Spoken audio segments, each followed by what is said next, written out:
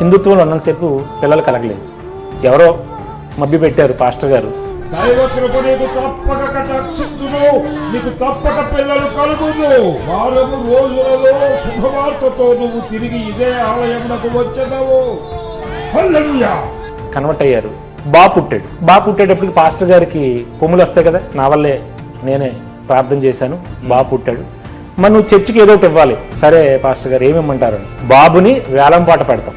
యేసు ప్రసాదాన్ని ఇప్పుడు మనం వేలం వేస్తాం.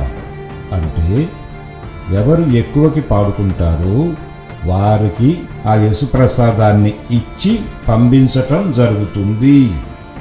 పాస్టర్ అయ్యా, మీరు అలా అంటున్నారేంది?